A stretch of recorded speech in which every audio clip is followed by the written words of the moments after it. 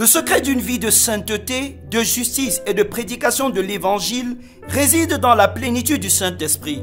Rempli du Saint-Esprit, témoigne de Jésus autour de toi.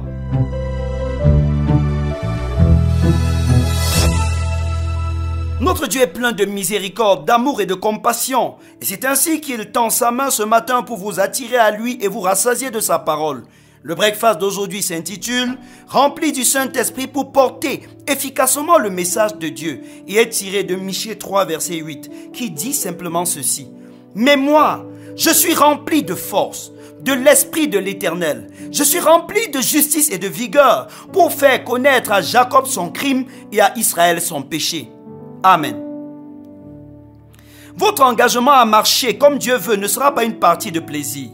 Non seulement votre chair aura tendance à vous ramener à ce qui déplaît à Dieu, mais aussi les incroyants verront votre désir de marcher dans la sainteté et de parler de Jésus comme de la simple prétention. Et même dans les communautés chrétiennes, les faux frères et les chrétiens refroidis travailleront à vous décourager, à vous fragiliser.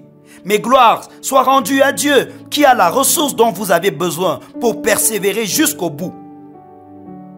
Le prophète Michée a reçu l'appel de Dieu dans une période où ses compatriotes vivaient dans l'injustice, l'idolâtrie et la méchanceté. Ils avaient pour la plupart endurci leur cœur. Michée avait donc besoin de force. Il avait besoin de force pour garder sa sainteté au milieu d'un peuple corrompu. Il avait besoin de force pour ne pas céder aux pressions des leaders injustes de son peuple. Il avait besoin de force pour annoncer sans crainte les voies de Dieu à un peuple rebelle et criminel. Il avait besoin de force pour annoncer à ces gens la parole de Dieu sans diluer son message. Michée déclare qu'il réussit à tenir le pari d'une vie de justice et d'intégrité, d'un ministère de prédicateur au milieu d'une société corrompue grâce à l'Esprit. Il doit le succès de son ministère à la plénitude du Saint-Esprit. Demeurer dans la sanctification et le ministère de la parole est de nos jours un réel défi pour la plupart des chrétiens.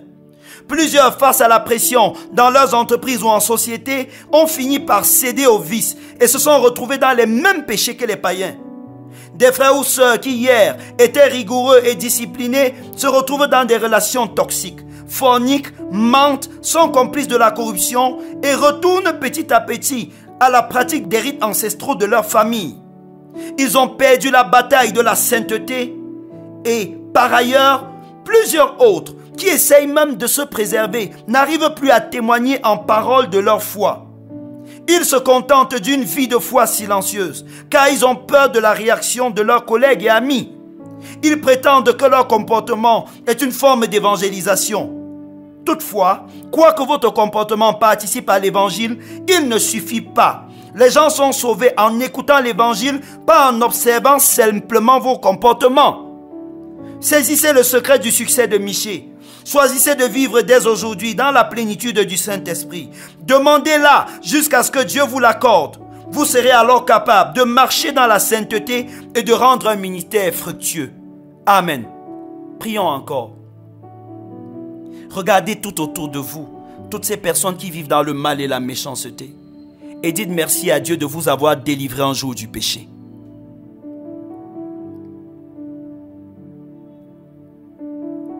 Dites à Dieu votre désir de ne pas retourner à votre ancienne vie. Et demandez-lui l'équipement de sa puissance pour tenir face aux tentations qui sont en train de vous secouer en ce moment.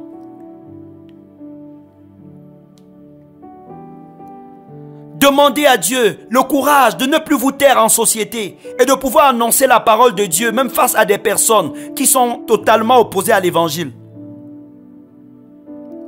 Implorez la grâce de Dieu pour ne jamais diluer votre message et pour ne jamais entrer dans une forme de compromission où vous direz aux gens ce qui leur plaît.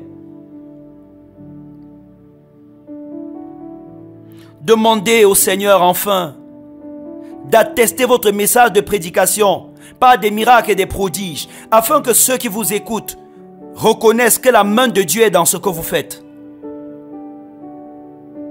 Je prie au nom de Jésus que le Saint-Esprit vous affermisse. Je prie que le Seigneur vous rende capable de marcher dans la sainteté sans broncher. Je prie au nom puissant de Jésus que le courage vienne vous permettre de parler de Jésus Et que la puissance extraordinaire de Dieu visite les gens qui vous écoutent au nom de Jésus.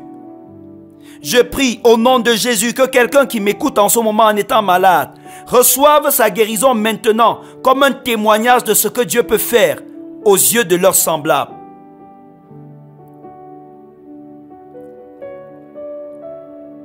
Père, merci pour ta fidélité.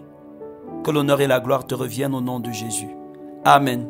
Vous pouvez continuer à vous édifier en consultant nos contenus sur notre page Facebook et sur notre chaîne YouTube. Que Dieu vous bénisse abondamment. Amen.